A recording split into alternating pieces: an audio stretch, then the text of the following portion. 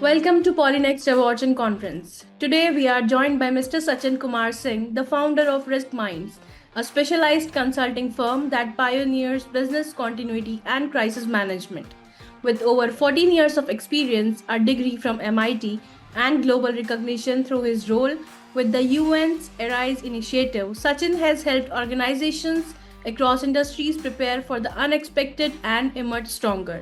Let's dive into his world of resilience, risk, and real time response.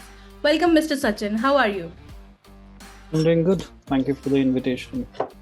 Okay, sir. So, can you please tell something about you to our audience, like whatever that I missed?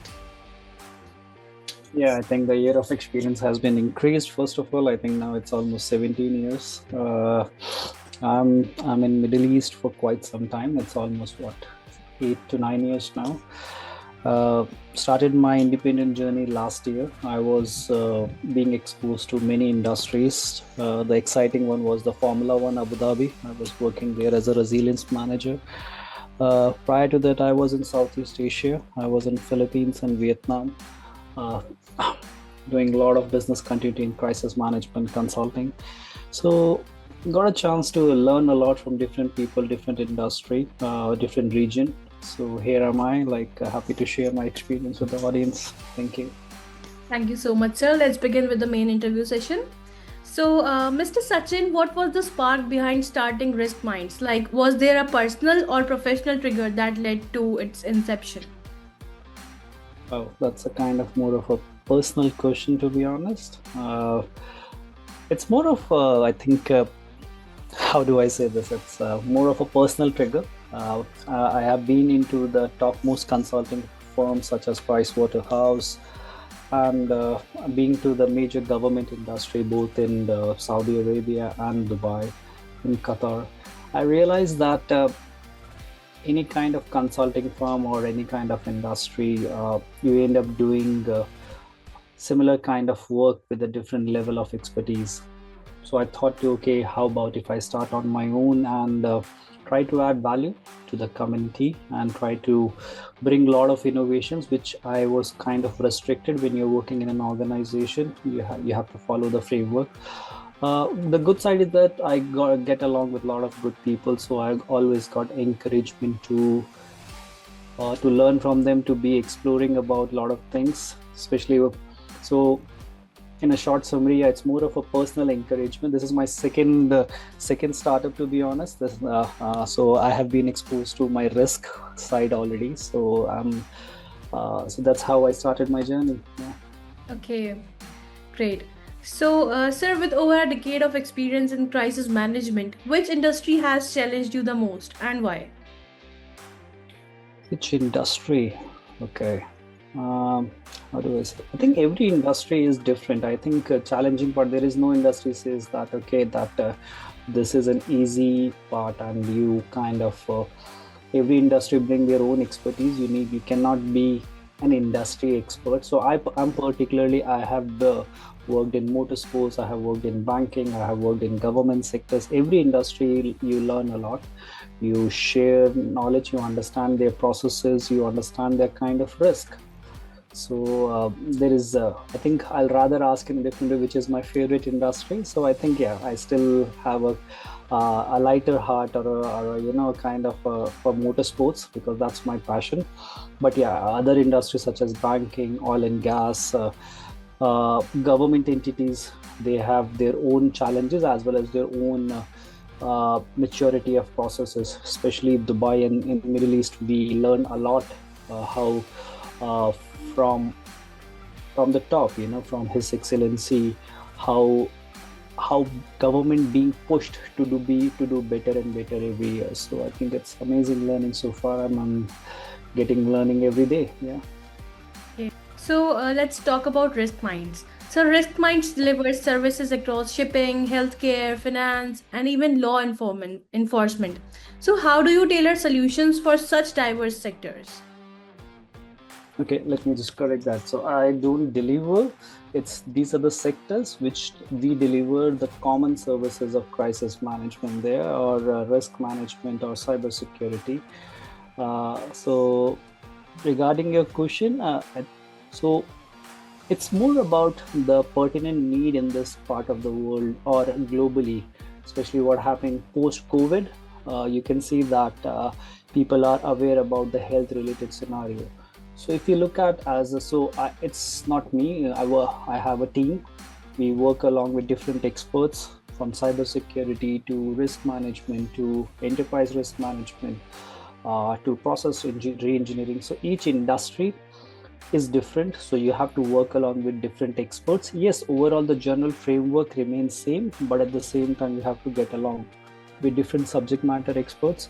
To give you a case in point, I'm doing a project in Abu Dhabi for one of the government sector. I'm working with a lot of leading international experts for that sector. So which is that's part one. I'm doing one project in Dubai, one project in Saudi. So yes, the industry is different, the framework remains same, but you have to tailor it as per the industry expert. So I work along with different subject matter expert as a part of my team for that. Okay, great. And you are also a co-founder of Wise Minds Ventures. So what inspired you to blend business resilience with your empowerment? I think there is a correction here. I'm not sure. That was my previous startup. Wise Mind is my edtech startup. I started back in 2018, 19 post COVID. So I'm not running two startups at the same time. It's a Wise Mind was my earlier startup. We were a group of 3 co-founder back in India. So I took, as I said, that was my first startup, and Riskmind is my second startup. Okay.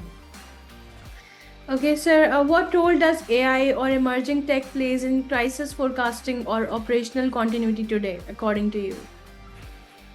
AI is an interesting topic, to be honest. It's not something anyone can call himself as an expert. I myself learning a lot on AI part. I recently got trained by IEEE. I'm a ISO 42001 lead assessor. I'm learning a lot of things on the artificial intelligence part. So it's quite, I'll call it more of an enabler, more of someone who actually understand AI in my function. For example, if I look at crisis management or business continuity, uh, how to actually respond to an incident faster, okay? How to make, we don't want to develop a document which is like a 50 pager or a 100 pager, which is not relevant during the crisis.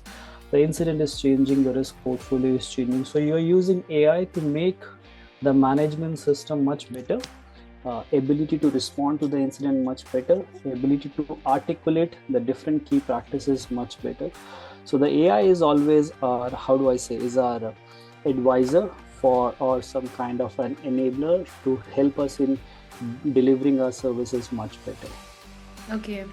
Okay, sir. Let's move ahead with the very interesting round of this session, the rapid fire round. I'll be asking you questions and you'll have to answer in one word, whatever comes to your mind first. So, should we begin? I'll try my best. Okay, go ahead. Okay. Okay, so the first question for you, biggest myth about crisis management. Biggest myth about crisis management. Uh, one word. Yeah, it's So okay. one word. It can be a sentence or like however you want to answer. Okay, biggest myth about crisis management. Well, I'm not really good in this part. So, uh, documentation. It's a myth. Like it's crisis management is all about documentation. It's the biggest myth. Okay. Your role model in leadership. Oh, role model in leadership. I think. Wow, one word you said. I don't need to have a sentence for that one. So I have different role model. I don't have a right answer for this one in one word. I think it's not fair. I have role model in different journey. My college, my masters, my MIT days. So, but one person who changed my mind, my professor in MBA, Mr. Rajamanikam. From there, I started my journey from India to Philippines. So, Mr. Rajamanikam. Okay, great. Okay, a book every crisis manager should read. Uh, wow. I'm writing a book myself right now with my co-author in Qatar. So honestly, I didn't come across any relevant books, so I'll pass this question. I means right now the things are changing, the times are changing, so not one book fits all. Okay. Okay, sir. If not in this profession, you would be in. Oh, teaching, it's teaching. One word answer, I don't need elaborate, so teaching. I will be in teaching. Okay, wonderful. Okay, describe risk minds in one word.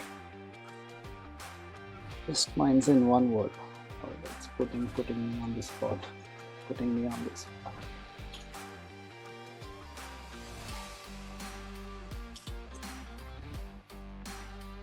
Trust, trust. Great. The client can trust us. They will not get any vanilla services. They believe that this is what they have paid for. So trust. Okay. Okay, that was all about the rapid fire round. And one final question for today's session. For companies just starting their resilience journey, what's the one non negotiable piece of advice you'd give to them? One non-negotiable: invest. Invest in resources. They are the key people in. It is not in.